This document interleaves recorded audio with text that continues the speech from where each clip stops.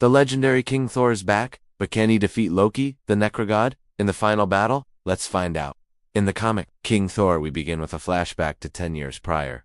When Loki was banished from Asgard for his crimes against the people, Thor, who was king at the time, wielded Mjolnir and fought against Loki using all of his strength. But in the end, Loki was just too powerful and he killed Thor, taking the crown for himself. But wait, this isn't the end. Thor's body began to glow with divine power as he transformed into King Thor, wielding the Odin. King Thor and Loki battled across the cosmos, each refusing to back down. Loki used his superior magic to weaken King Thor, who was still adjusting to his new powers. But even as Thor grew weaker, he still managed to land blow after blow on Loki, who eventually transformed into his true form.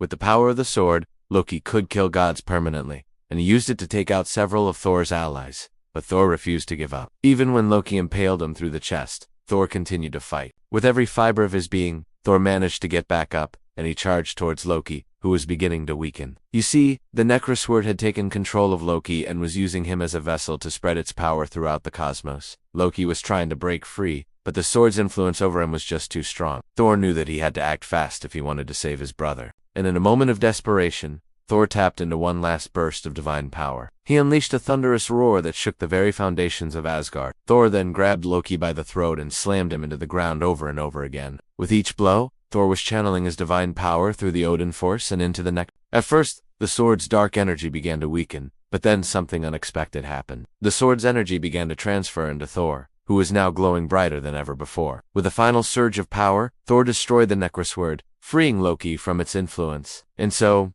with the help of his newfound powers, Thor was able to defeat Loki once and for all. He then became the new ruler of Asgard, ushering in an era of peace and prosperity that lasted for 10 years. And that, my friends, is the legend of King Thor. Now you know how Thor got his power back and how he defeated Loki. But what do you think of the ending? Let me know your thoughts below. And as always, thank you for watching, and I'll see you next time.